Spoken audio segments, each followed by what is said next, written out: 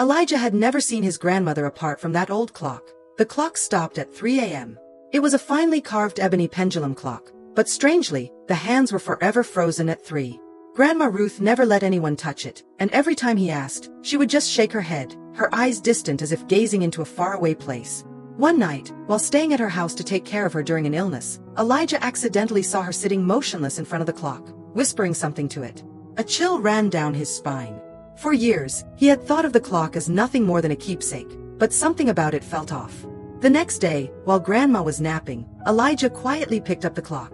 The glass face was clouded with age, but when he turned it over, faint engravings appeared under the light. James, 3 a.m. Don't forget. James. That was his grandfather's name, the man who had vanished without a trace 50 years ago. Elijah's heart pounded. The whole family knew the story. One stormy night, James left the house at 2:45 a.m. and never returned. The police searched for years but found nothing. Eventually, people accepted that something terrible must have happened to him, but Grandma Ruth never believed it. She had stayed in their old home, refusing to leave, clinging tightly to her memories. So why was his name on the clock, along with the exact time he disappeared? That night, Elijah decided to confront her. "Grandma, I know you don't want to talk about this, but I found something." He gently placed the clock on the table. Grandma Ruth looked at it, and for a moment, Elijah saw her shoulders tremble. A single tear rolled down her wrinkled face. "It's time, isn't it?" she whispered. And then, she began to tell the story. 50 years ago, at exactly 3 a.m., this clock stopped. At that same moment, James disappeared. But what no one knew was that just before he left, he had hidden a mysterious letter in the drawer, containing only one sentence. "If I don't come back, find the answer at the old oak tree." For years, Grandma Ruth had kept the clock hidden because she believed it was a sign that James hadn't truly left her, that one day, if the clock ever started ticking again, he would return. But now, as her strength faded, she could no longer wait. Elijah decided to do what no one had done in 50 years, go to the old oak tree behind the house.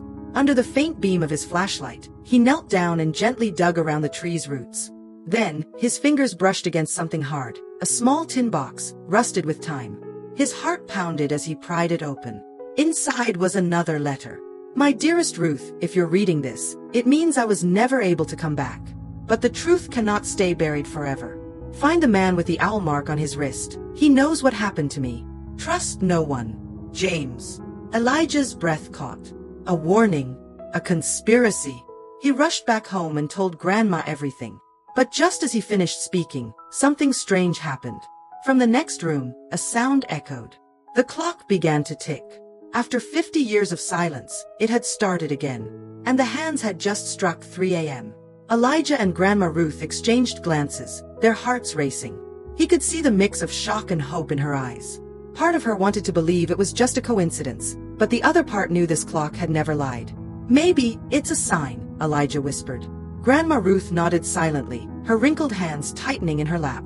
He could see her struggling to contain something, a feeling that was both fear and anticipation. But what about James's message? The man with the owl mark on his wrist. Elijah had never heard of anyone in the village with such a feature. But Grandma Ruth knew. "Elijah, there is someone I've suspected for years." Slowly, she stood up and walked to an old cabinet, pulling open the bottom drawer.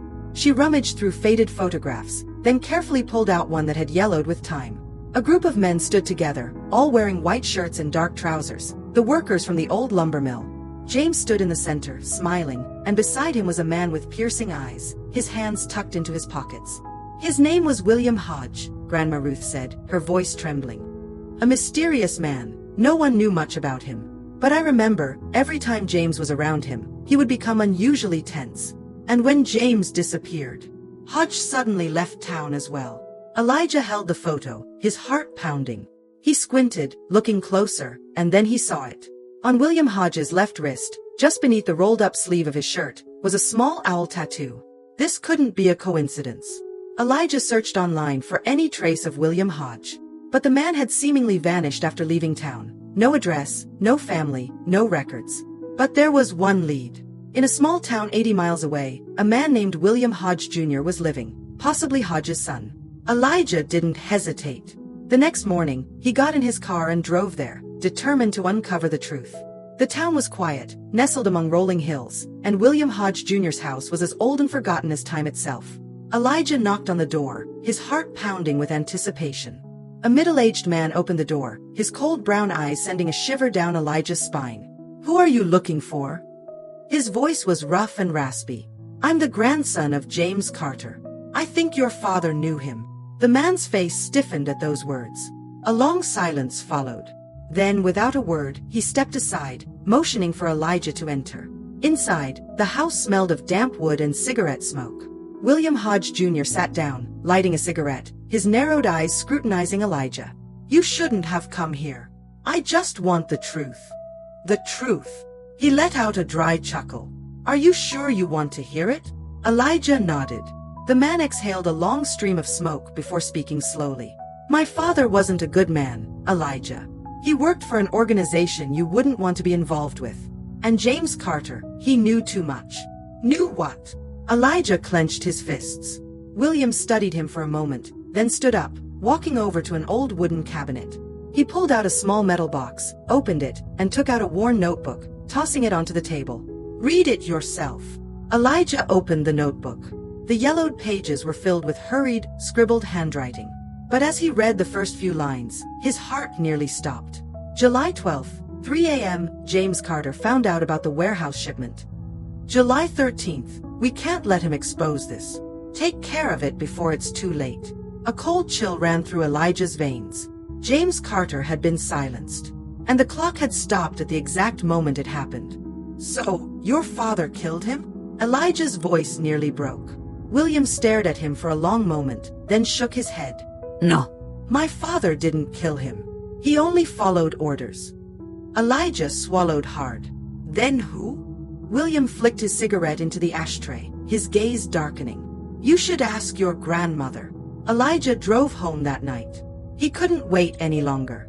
Grandma Ruth was still awake. When she saw him, she sat up straight, her eyes filled with worry. "Elijah, what's wrong?" He placed the notebook on the table, facing her. "You knew he was murdered, didn't you? You've known for 50 years. Grandma Ruth froze. A heavy silence filled the room. "Do you know who gave the order?" Her hands clenched the fabric of her dress, trembling. Then she took a deep breath, her cloudy eyes meeting his. And then she spoke the name that made Elijah's breath catch in his throat. It was Arthur Crane. Elijah felt the room spin. Arthur Crane. The most powerful man in town, the one everyone respected? The man his entire family had once worked for? He sat in the darkness, his mind racing with the weight of what he had just learned. But one question refused to leave him. Arthur Crane. Why had he ordered both Benjamin Hodge and his grandfather James to be killed? And why had the entire town stayed silent? Elijah couldn't wait any longer. He had to find Arthur Crane. Despite Reuben's warning, Elijah rushed out of the wooden cabin, driving straight to the Crane estate, a towering, ominous mansion perched atop the northern hill of town. Outside, the mansion was swallowed in darkness. No lights, no sounds. But he knew Crane was there. Elijah pushed against the heavy wooden door, and it groaned open with a long, piercing creak that echoed through the night. Inside, a long hallway stretched into an empty grand foyer. No one in sight. But then, "I've been waiting for you, Elijah." The voice came from the staircase. Elijah looked up. Arthur Crane stood there. He wasn't what Elijah had expected. Not a frail old man, but a strong, sharp-eyed figure in the prime of his life. No, that wasn't possible. If Arthur Crane had truly been alive since the 1950s, he should be well over 90 by now. But he hadn't aged. Elijah's heart pounded. Surprised. Arthur smiled. You should be dead." Crane chuckled, a low, resonant laugh that filled the room. "Dead? No, Elijah. I never died. But your grandfather did." Elijah clenched his fists. "Why? Why did you kill James Carter?" Arthur descended the stairs, step by step, slowly. "Because he was a fool." He pulled out a cigarette and lit it. The flickering flame cast eerie shadows across his face. "James Carter discovered my secret. The secret that this entire town fears. He wanted to stop me. But you see, Elijah, those who stand against me all share the same fate." He lifted his head, his eyes dark and unwavering. "They die. All of them." Elijah took a step back, each of Arthur's words slicing into his mind like a blade. "What secret? What are you talking about?" Arthur stared at him, then suddenly reached into his coat and pulled out an old pocket watch. Elijah's heart nearly stopped. It was identical to his grandmother's clock. Arthur Crane ran his fingers over the watch's surface, his eyes filled with nostalgia. This watch isn't just a timepiece, Elijah. It doesn't just measure time. He looked up, his eyes burning with an unsettling madness. It holds time, and for someone who knows how to use it, it can make death stop. A shiver ran down Elijah's spine. You mean? Arthur chuckled. That's right. Have you ever wondered why I haven't aged? Why I haven't died like the others? He tightened his grip on the watch. Because I sacrificed everything to hold on to time. When the clock stopped, so did my time. Elijah was stunned. What about my grandfather? Arthur shrugged. He tried to take it from me, and I showed him the consequences. Rage flared in Elijah's chest. You killed him. Arthur smirked. Yes. And now, it's your turn. Arthur lunged, faster than any man his age should be able to. Elijah dodged to the side, but Arthur was quicker. He grabbed Elijah by the collar and slammed him onto the floor. You think you can change anything? Arthur growled.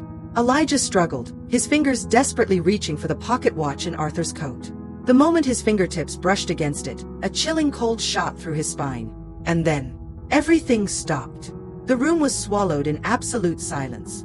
Elijah felt as if he had been pulled into a vast, endless void. Everything around him blurred. And right before his eyes, Arthur Crane was frozen. His eyes were wide open, his hand reaching forward, suspended in midair. But he couldn't move. Elijah gasped, looking down at his hand, the pocket watch. It had stopped. And at the same time, so had Arthur Crane. Elijah staggered to his feet, staring at his enemy. Arthur stood motionless, frozen like a statue. No breath. No movement. He wasn't dead. He was trapped in his own time. Elijah clenched the pocket watch, his heart pounding wildly. This really happened. He knew what he had to do. He ran outside, through the darkness of the night. And as dawn broke, he hurled the pocket watch into the river. The watch hit the water, sinking deep. And at that moment, the town was freed from the nightmare of Arthur Crane. When Elijah returned, his grandmother was waiting. She looked at him, not asking a single question. She simply took his hand gently. You did the right thing. From that day on, no one spoke of Arthur Crane again. No one knew where he had gone. But Elijah did. He was still there, forever trapped in frozen time. Buried beneath the riverbed, lost to the sands of time. The story leaves one with chills and lingering thoughts. Would Arthur Crane ever return, or was he merely a ghost from the past? Could the pocket watch ever be destroyed, or would it continue to pull those who touched it into an endless cycle of time? The story may have ended, but its haunting presence remains. Thank you for reading.